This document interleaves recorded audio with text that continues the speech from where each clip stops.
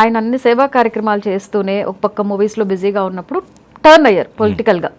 Gap వచ్చింది, ఒక 10 years పాటు ఆయన మూవీస్కి బ్రేక్ ఇవ్వడం జరిగింది.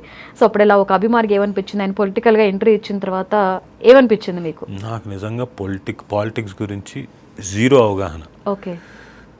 ఆఫ్ లైట్ ఇప్పుడు కొంచెం అవగాహన పెంచుకుంటూ వచ్చాను కానీ, అంటే వాట్స్ హ్యాపనింగ్ అని చెప్పేసి. బట్ ఆ టైంలో ఓకే, ఆయన అక్కడికి కూడా వెళ్ళి సక్సెస్ఫుల్ అవ్వాలని కోరుకోవడం తప్ప ఇంకా మనం ఏంటి ఎలా ఉంటుంది ఏంటి అన్నది అంత ఇది లేదు. ఏమవుతుందో కూడా తెలియదు కదా నాకు తెలియదు కదా బేసిక్. సో విష్డ్ అంటే డెఫినెట్గా ఆయన సక్సెస్ఫుల్ అవ్వాలి, గెలవాలని చెప్పేసి గట్టిగా కోరుకున్నాం. అలాగే ఆయన గెలిచాడు, సీట్లు కూడా వచ్చాయి. సో అంతే, అంతకు మించి. ఆ తర్వాత మళ్ళీ ఒక 10 years గ్యాప్ తర్వాత సెకండ్ ఇన్నింగ్స్ స్టార్ట్ చేశారు. వచ్చిన తర్వాత బాక్స్ బద్దలు కొట్టాడు కదా. అసలు ఒక రేంజ్ లో చిన్న లేదు పెద్ద లేదు, ఆయన డాన్సులు చూసి అసలు పాత రోజుల్లోకి వెళ్ళిపోయి అందరూ అసలు ముసలోడితో సహా స్టెప్స్ వేశారు. ఇప్పుడు కూడా ఈవెన్ విశ్వంభర్ కూడా మీరు చూసారనుకోండి, ఈయనేంటి ఇప్పటికీ ఇంకా గ్రేస్ఫుల్ గా చేస్తారు. అసలు ఆయన ఏంటంటే రోజు రోజుకి యంగ్ హీరోలకు పోటీ అయిపోతున్నారు.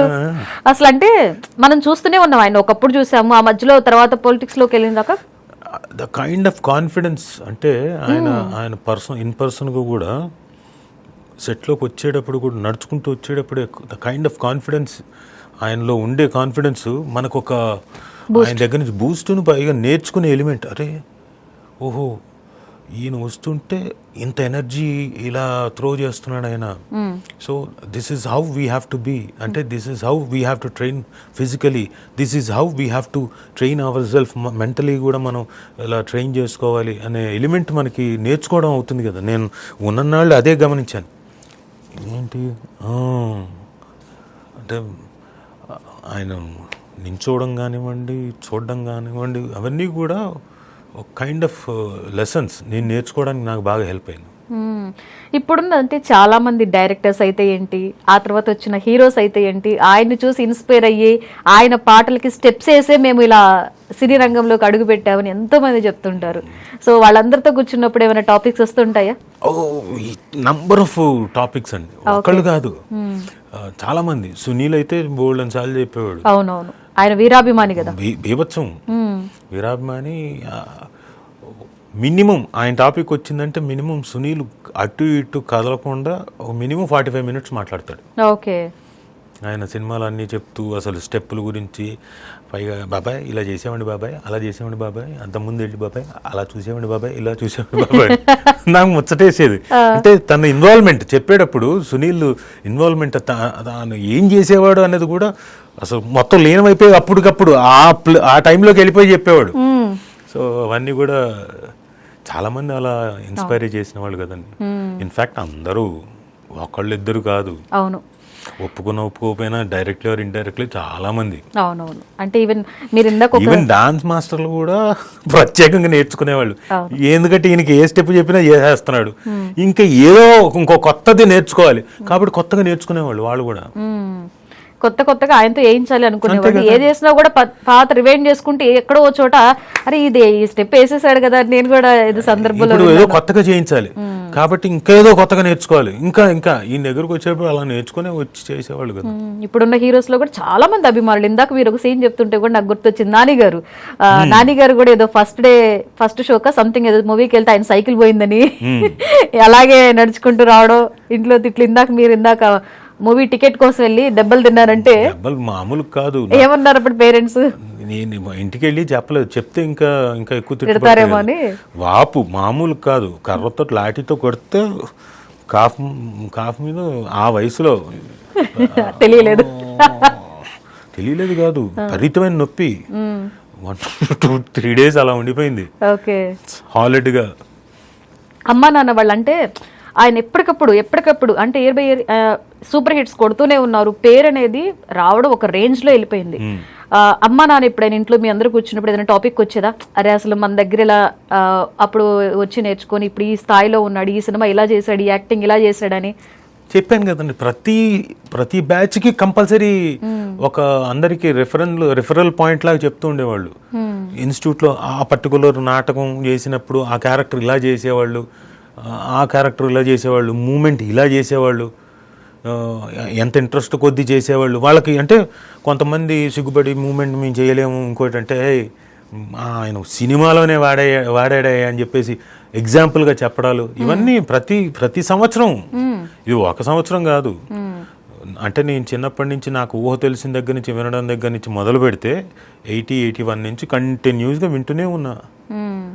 ఓకే, ఆయన ఇన్ని పాత్రల్లో చూశారు అంటే మనం డే 1 నుంచి ఆయన ఎంత కష్టపడుతూ ఏ పాత్ర క్లాస్, మాస్, క్లాసికల్ చాలా ప్రతి దాంట్లో ఒదిగిపోతూ ఉంటారు. ఒక మీకంటూ ఒక అభిమానిగా ఈ పాత్రలో ఆయన చూస్తే బాగుండు, ఇలాంటి క్యారెక్టర్ కూడా మన బాస్ చేస్తే బాగుండు అనేది ఏమైనా ఉందా మీ మైండ్లో? ఏమైనా మిగిల్చాడు, ఏమైనా అన్నీ చేసాడు కదండి. Not one. ఇప్పుడు పౌరాణికం అనుకుంటే శివుడిగా అత్యద్భుతంగా సెట్ అయిపోయాడు ఆయన ఆ క్యారెక్టర్. మంజునాథ ఎస్పెషల్, అంతకుముందు ఆపద్బాంధవుడు. శివుడిగా అత్యద్భుతమైన, అంటే ఆ కళ్ళు కానివ్వండి, ఇంకోటి కానివ్వండి, దానికి తగ్గట్టుగా ఆ డ్యాన్స్ కానివ్వండి, అందులో చేయడం కానివ్వండి, పర్ఫామ్ చేయడం కానివ్వండి, ఇవన్నీ ప్లస్ ఆంజనేయ స్వామిగా అత్యద్భుతంగా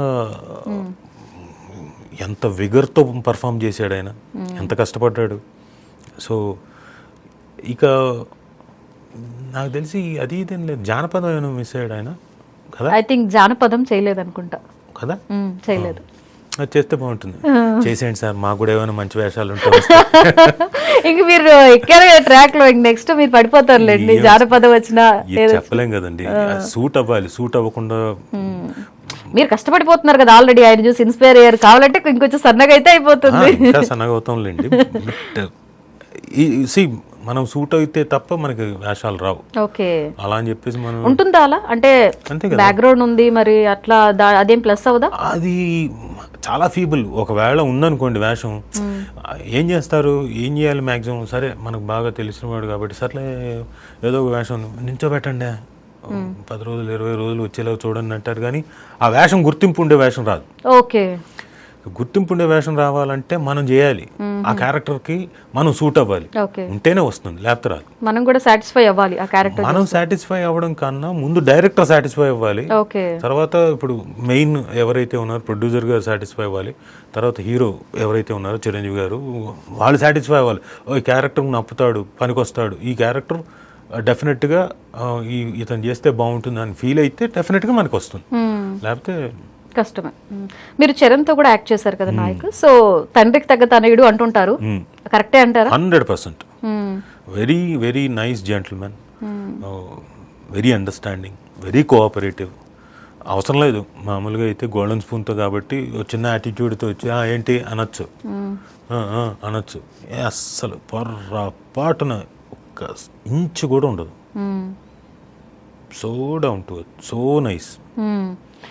ఆయన సినిమాలు అన్నిట్లో కూడా కష్టపడ్డం చూస్తాం మనం. అంటే తండ్రి ఇచ్చినటువంటి ఆ హోదాని పక్కన పెడితే ఇతను కూడా ప్రతి మూవీకి కూడా కష్టపడుతూ వస్తుంటారు. మీకు ఇప్పుడు చిరంజీవి గారు ఎంత కష్టపడ్డారో ఈయన కూడా అంతే కష్టపడుతున్నాడు. ఎందుకంటే ఇంకొక విధంగా చెప్పాలంటే డబుల్ కష్టపడుతున్నాడు. చిరంజీవి గారు కష్టపడ్డం ఆయనంతకు ఆయన వచ్చి ఆయన ఎస్టాబ్లిష్ చేయడానికి ఆయన కష్టపడ్డాడు, ఆయన అద్భుతంగా బ్రహ్మాండం కష్టపడ్డాడు. ఇక్కడ ఈయనకేంటి డబుల్ పెయిన్, ఈయన ఎస్టాబ్లిష్ చేసుకోవడానికి కష్టపడాలి, అలాగని తండ్రి పేరు ఎక్కడా పడిపోకూడదు. అంటే ఎంత కష్టపడాలో ఆలోచించండి, దాన్ని క్యారీ చేయాలంటే ఇంకా కష్టపడాలి. అందుకని ఆయన అంత కష్టపడుతున్నాడు. So very good, great. ఆయన సినిమాల్లో మీకు చరణ్ ఏది రీమేక్ చేస్తే బాగుండు అనిపిస్తుంది? ఎవరి సినిమాల్లో? చిరంజీవి గారి సినిమాని, బాస్ సినిమాని వాళ్ళ సన్ రీమేక్ చేయాలంటే ఏది చేస్తే బాగుంటుంది? అదే చెప్పాను కదా ఇందాక, దొంగమొగుడు చెప్పాను కదండి. దొంగమొగుడు అలాంటి క్యారెక్టర్ చరణ్ చేస్తే బాగుంటుంది అంటారు? చాలా బాగుంటుంది. దొంగమొగుడు ఓకే ఓకే, చాలా ఫన్నీగా ఉంటది, అందులో ఆయన డ్యూయల్ రోల్ కదా. చక్కగా అనుకుంటూ రాధిక్ గారు ఏంటి అనుకుంటూ మాసీగా ఉంటుంది. అవునవునవును, ఆ మాస్ దీంట్లో కూడా క్లాసీనెస్ ఉంటుంది. ఇద్దరు కలిసి బాగా 2 క్యారెక్టర్స్, ఒకటి క్లాస్ గా చేయాలి, ఒకటి మాస్ గా చేయాలి కదా దొంగ మొగుళ్ళు. రెండు అసలు దేనికదే డిఫరెంట్ గా, అసలు అరే ఇక్కడ ఇలా చేశారు ఇక్కడ ఇలా చేశారు బాగుంటుంది. అండ్ అన్ని మూవీస్ మీరు చూసారు, పర్టికులర్ ఒక డైలాగ్, చిరంజీవి గారి డైలాగ్ మీ నోటి వినాలనుకుంటున్నాం, ఒక డైలాగ్. అలా నాకు పర్టికులర్ గా నాకు తెలియదు. అన్ని సినిమాలు అంటే ప్రతి మూవీలో కూడా ఒక డైలాగ్ అనేది ఫ్యాన్స్ కోసం ఆయన క్రియేట్ చేస్తారు. ఆ నెక్స్ట్ మూవీ వచ్చే వరకు కూడా ఆ డైలాగ్ ని వాడుతూనే ఉంటారు ఫ్యాన్స్. అదేలేండి, అంటే చాలా ఉంది. గ్యాంగ్ లీడర్ లో ఒకటి ఉంది చూసావా, రఫ్ ఆడించేస్తాను, చెయ్యి చూసేవి ఎంత రఫ్గా ఉందో, రఫ్ ఆడించేస్తానని ఉన్నాయి, చాలా ఉన్నాయి క్యాచీ వర్డ్స్. అవునవును. బాక్స్ బద్దలైపోద్ది, ఇలాంటివన్నీ ఉన్నాయి. రౌడీ అల్లుడు. సో చాలా ఉన్నాయి. చాలా ఉంటాయి. అది మనం చెప్పామనుకోండి, రేపు పొద్దున ఇక్కడ మీరు చూపించిన తర్వాత, రే నీకెందుకురా ఆయన చెప్పిందే బాగుంది, నీకెందుకు ఆయనలా చెప్పడానికి ట్రై ఆయన ఫ్యాన్ గా మీరు కరెక్టే. మనం ఏం చేయాలంటే ఫ్యాన్ గా ఆయన చెప్పాడు చప్పట్లు కొట్టాలి, ఆహా అనుకోవాలి, విజిల్ చేయాలి, అంతే తప్ప మనం ఇదిగో అని చెప్పేసి అన్నాం అనుకోండి, నువ్వు ఆయనలాగా అని అంటారు వెంటనే. కాబట్టి అలాంటి తప్పుడు పనులు చేయకూడదు. ఓకే, ఫైనల్లీ విశ్వంబరాలో మీరైతే నటించేశారు. ఎలా ఉండబోతుంది క్యారెక్టర్? ఇంతవరకు నా యాక్టింగ్ కెరియర్లో చేయని విధంగా ఉంటుంది. ఇంతవరకు నేను చేయలేదు అలాంటి క్యారెక్టర్. నా గెటప్ కూడా చాలా డిఫరెంట్గా ఉంటుంది. నేను అంతా అయిపోయిన తర్వాత, సినిమా రిలీజ్ అయిన తర్వాత మీ దగ్గరికి వచ్చి చిరంజీవి గారు ఏమన్నారో చెప్తా, నేను చేసేది చూసి. ఓకే, అది ఇప్పుడు చెప్పడానికి వీల్లేదు, చెప్పకూడదు. చెప్తే ఇంట్రెస్ట్ అంతా పోతుంది. సో అదైతే గ్యారంటీ. ఇంతవరకు నేను చేయలేదు అలాంటి క్యారెక్టర్, నేను ఇంతవరకు అలాంటి గెటప్ కూడా వేయలేదు. ఓకే, కొత్తగా ఉండబోతుంది అంటారు. ఓకే, సో ఫైనల్లీ మీరు చిరంజీవి గారి 70వ బర్త్డే సందర్భంగా ఈరోజు స్పెషల్ కార్యక్రమంలో పాల్గొంటున్నారు. ఒక అభిమానిగా అయితే ఏంటి, ఆయన్ని దగ్గరగా చూసిన చాలా క్లోజ్ వ్యక్తిగా అయితే ఏంటి, ఏం చెప్పాలనుకుంటున్నారు సార్? ఆయనకి చెప్పేదేముందండి, 70 వసంతాలు పూర్తి చేసుకొని 71లోకి అడుగు పెడుతున్నాడు.